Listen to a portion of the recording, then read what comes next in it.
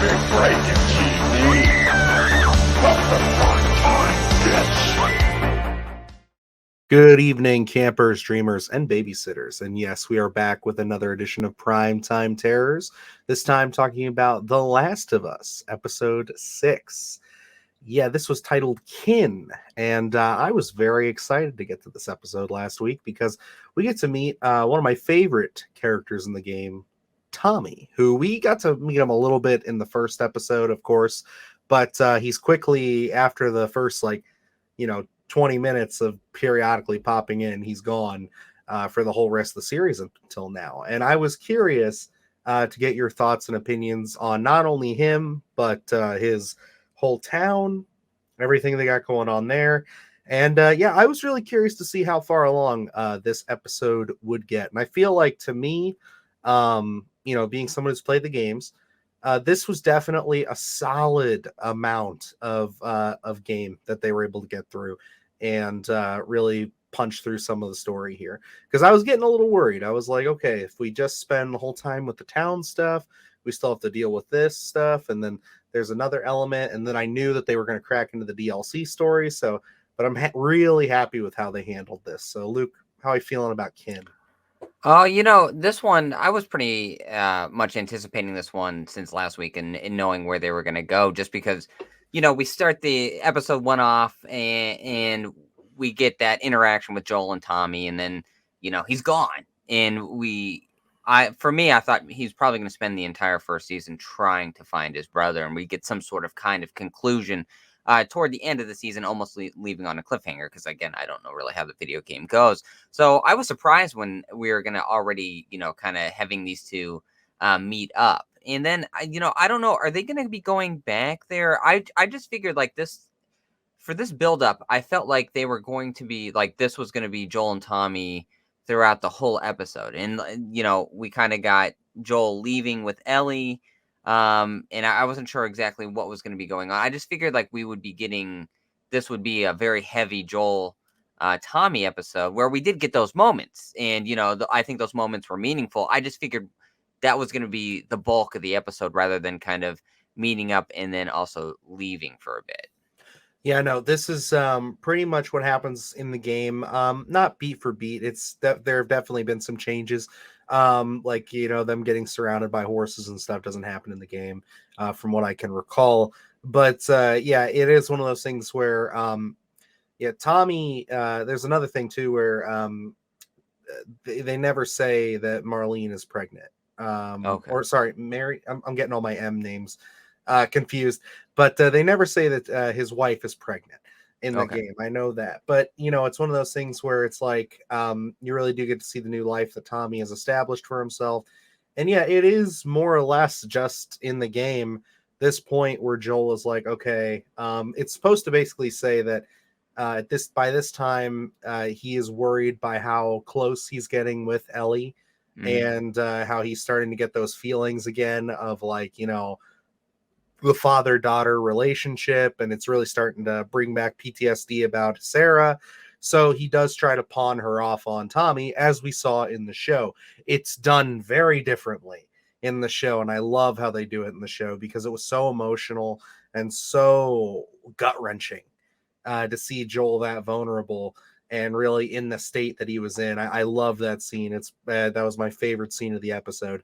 Yeah. But because in the game, it's those two just kind of really mean mugging each other and, like, being rough and going back and forth, and they look like they're about to fight, and then they have to go fight a bunch of bad guys. So it's kind of like, there's some tension there that they really didn't explore that way. They did it a little bit in the bar, but, like, not to the extent in the game.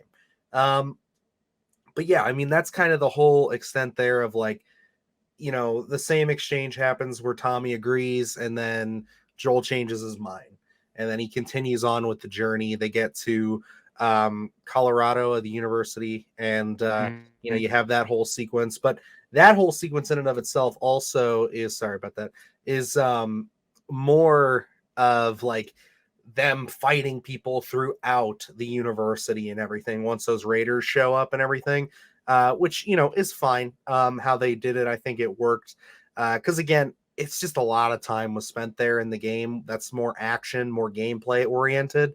So, I kind of like how they had to kind of tie it up real nicely in the show. That I guess that's kind of the hard translation between any video game property to the visual storytelling medium that is television or movies, because there is some sections that are just purely gameplay, and you got to somehow get them through, and they might go by a lot quicker. So I Yeah. still enjoyed it though. Yeah, no, I enjoyed this episode. I felt like, the moment where we got Joel and Tommy back together again, I think it was very meaningful. I love the way that they did it, with him just yelling out Tommy's name and then they kind of embrace. Because I think those moments, um, sometimes you're waiting so much for that buildup that they don't pay off. But I think The Last of Us, with that Joel and Tommy buildup, excuse me, I think they really did make that one work. And this episode, again, we're hopping 3 months later, and I wasn't really sure how that was going to work out, because it's like sometimes time jumps are effective and sometimes they fall flat. And I really love the way that they open this up, where Joel, Hmm. they're in the cabin with the couple, and they really just want to know where they're at. And I love the aesthetic of the snow as well, because we didn't really get to see that at all yet. And of course, that's something that's probably going to be in everyone's head, especially if you haven't played the game. It's like, well, what happens when it starts snowing? So I really love that they're kind of dealing with the seasonal things as well. And of course, them getting to the town, I think they had a lot of beautiful, like, just scenes and imagery in this episode of really kind of progressing of how far this is going. And then obviously the interactions between Joel and Ellie. Um, uh, I love when Joel falls asleep and Ellie's up keeping watch, Hmm. and she said, he's not paying her any compliments, but, she pays herself a compliment that says, I think I'm a natural, so, and I think that's the beauty of this relationship that they're kind of building here, and then you're kind of worried about Joel with his, I'm guessing they're panic attacks. I don't think I it's, believe they are. I don't remember him having those in the game. I yeah, don't remember that being an element, but it is a nice touch. that's what I was gonna say. Then, if that's not part of the game, I love that they added that, just that more human, emotional element here. So I think they're really playing this Joel Ellie relationship really well. Again, I can't really compare it to the game, but it seems so Hmm. realistic, especially knowing that Joel has previously lost a daughter and kind of not wanting to fall back in that father daughter relationship, but you can't help it with the amount of time that they're spending together. Yeah, and I really do like how they're doing this. As we've kind of been going week by week, I've been kind of rewatching gameplay clips and things like that from the game. Like usually after we record this, right before I lay down, I'll kind of go through the moments that I can remember from the episode just to see compare how it was in the game. Because like I said, it's been probably about 7 years since I sat down and played the first game. So it's one of those things where I'm watching this, and it's like Joel is it's a really beautiful translation what Pedro Pascal has done. Just in the game, he's just so much darker and so much grittier in a lot of these sequences, that there is one sequence that always stuck in my mind, which after doing some minimal research, I mean, we obviously saw the preview for next week's episode, which are going to be jumping back a little bit. And if you didn't know, Luke, that is actually going to be based off of some DLC that was released for the first game. So Oh, okay. that section we're going to see tomorrow, not tomorrow, next week, is not from the original game. It was added on. So Okay. it is good stuff, though. It is interesting. It's nice world building for Ellie. But yeah, the next episode 8, that's going to be intense. That's an episode I'm excited for us to get to. Now that I know like that's where it has to land. So I think 8 and 9 are going to be pretty insane. So we'll probably see a lot more of that Joel from the video game aspect to it. And I only bring that up because, again, the way they handled the reveal to Tommy that Ellie is immune was just so much more emotionally resonant with me, and like really just broke my heart a little bit to watch him just on the verge of tears, just saying, like all these things, like, I know I'm gonna fail, I know I'm gonna lose her, it's like this is just what happens and everything. And it really starts to hit you, everything with Tess, everything, every person that Joel has ever gotten to know in this world, in this life, has died. and he feels solely responsible, and he carries each one of them on his shoulders. And it's like, again, beautiful acting from Pedro Pascal. I seriously think that he's one of the best working actors in television that we have today.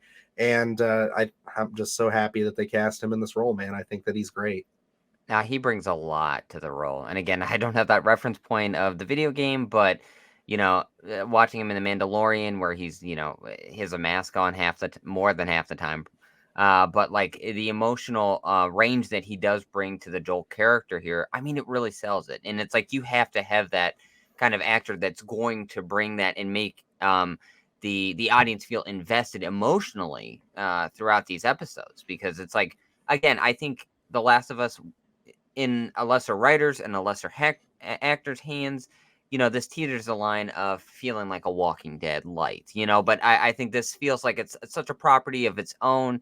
They're making a unique world. They're making the characters feel unique to their own, and you feel invested. I mean, we do this every week, and I can say every week I feel more and more invested in these characters. Mm-hmm. And I think this was an extremely emotional episode. It was, yeah. So it's like they're building elements throughout every facet here, where they're really fleshing out this Joel character, they're fleshing out the Ellie character, and even seeing Tommy in that first episode, you didn't see much of him, but I wanted to see more, and I was really eager, and I think it did pay off to see that interaction with Joel and Tommy. I love Diego Luna's cat, or that's not Diego Luna, I'm sorry, that's I'll pull his name up.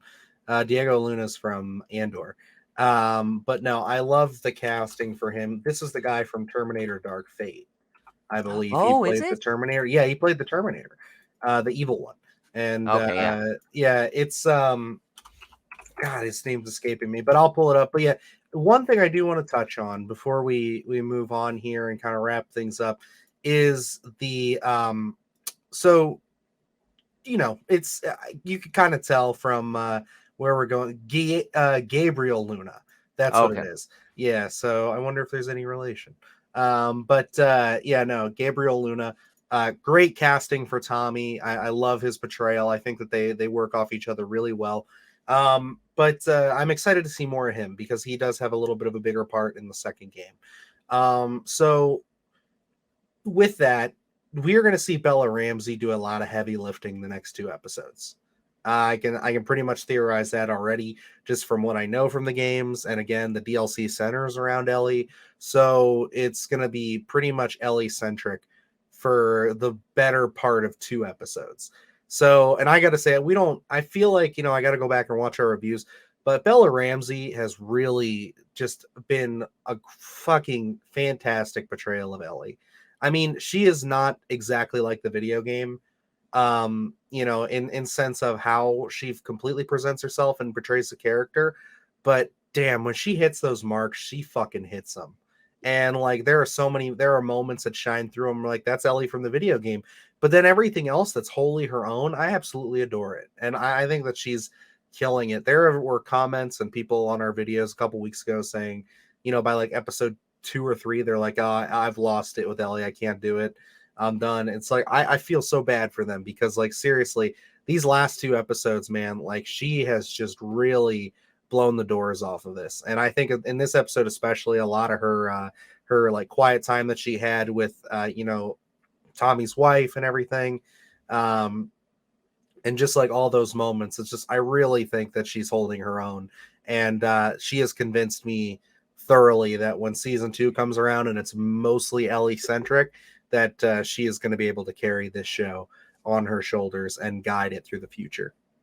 Absolutely. I mean, I know there was a little bit of controversy in the casting initially, but like going into like I watched Game of Thrones and I was a fan of Bella Ramsey in Game of Thrones. I think a lot of people were. So I was intrigued to see what her portrayal was. Again, I don't really have a dog in this fight because I didn't play The Last of Us, so I'm not like super attached to any the original property, I guess. But like knowing that she was going to be cast, I was very intrigued to see what she was going to bring here, and I was sold on her from the very beginning. I think she complements the Joel character really well, but then when she has moments where she needs to bring it, obviously she does, and I think they've set this up perfectly. To have Joel sit out for a couple of episodes and really focus on Ellie. I mean, we've gotten so much Joel. And, you know, Ellie's been there, but I don't think she's been the main focus just yet, even though she's capable of carrying it. So I'm really excited for these next few episodes to really see, you know, we can dive into that Ellie character, give her a lot of different backstories and a lot of different interactions without Joel. So I'm really intrigued to see what these next few episodes are going to bring.